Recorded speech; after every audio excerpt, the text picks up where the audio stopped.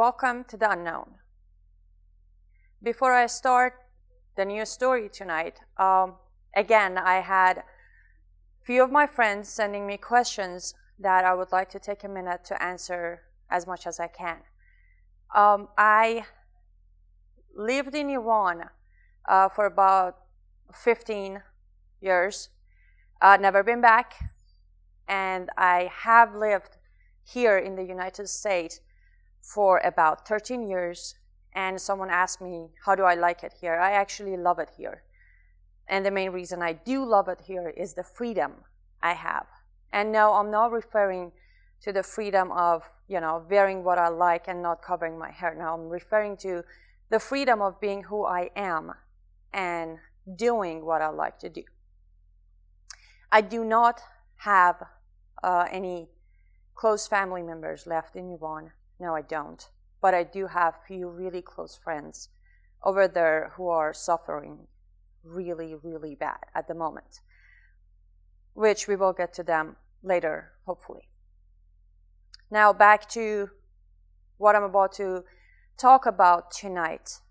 And I would like you to give me a few extra minutes on this episode, as I would need to explain a few things more into details in order for it to make sense or sink in, or,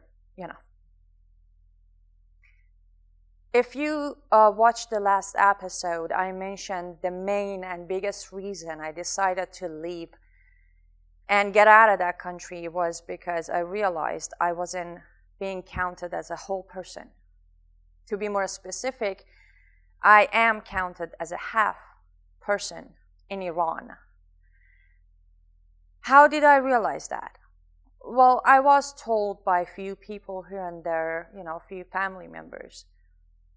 But the very first time I felt it, and I was told directly by the authorities, was a day that I walked into a courtroom to see a judge to request a divorce.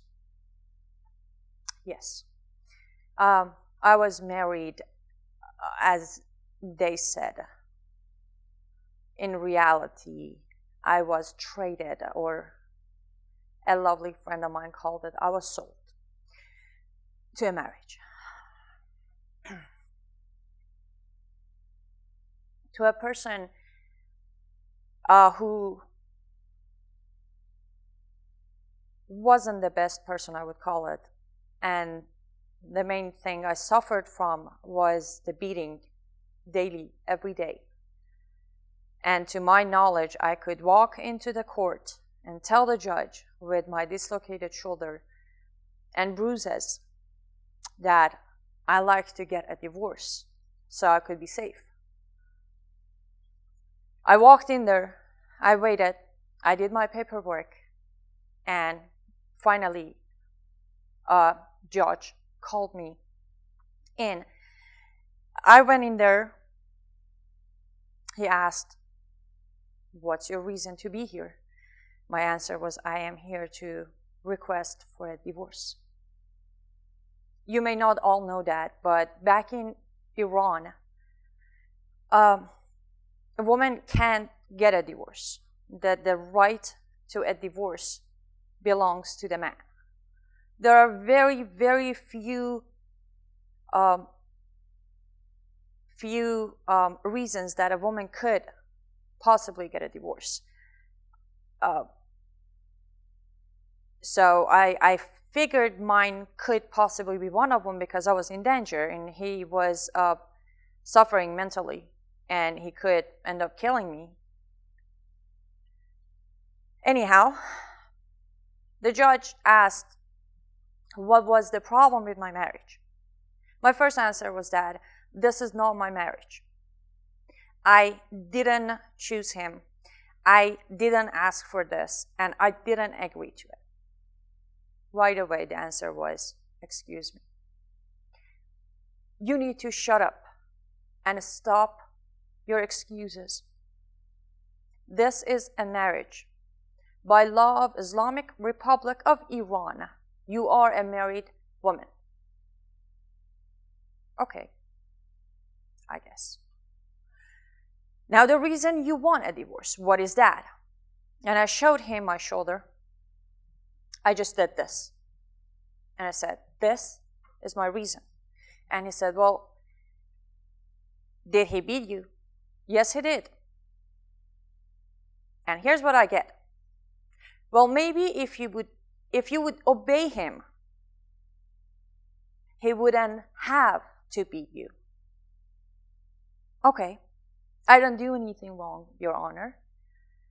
Well, young lady, you would need to bring in a man to testify that you were beaten for no good reason, or another woman to back up your story. And I'm standing there thinking, okay, why do I need to do that, Your Honor? And here's what he says. In order to even out your husband's testimony, as a man, your testimony is only half. So you need to make it equal, then more. Meaning you either need one more man plus you, which would make it 1.5, or you bring 2 more women plus you, which would make it 1.5. Sounds fair enough? No, it doesn't. It doesn't. It didn't, and it will never.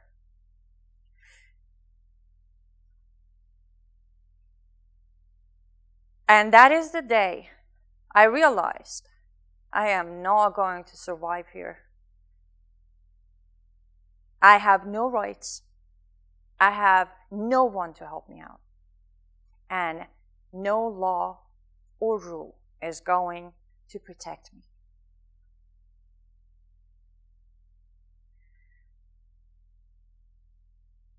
I will make sure to get into more details of all these stories.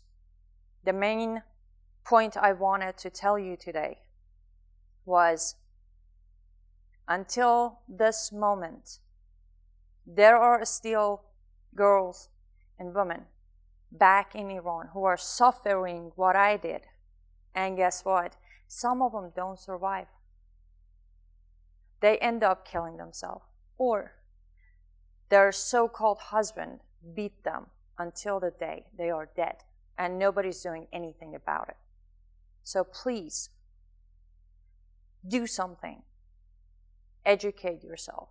Support us if you can. And in any way, we just need everyone to hear all the stories. And thank you so much for watching. I will see you next time on Don't Know.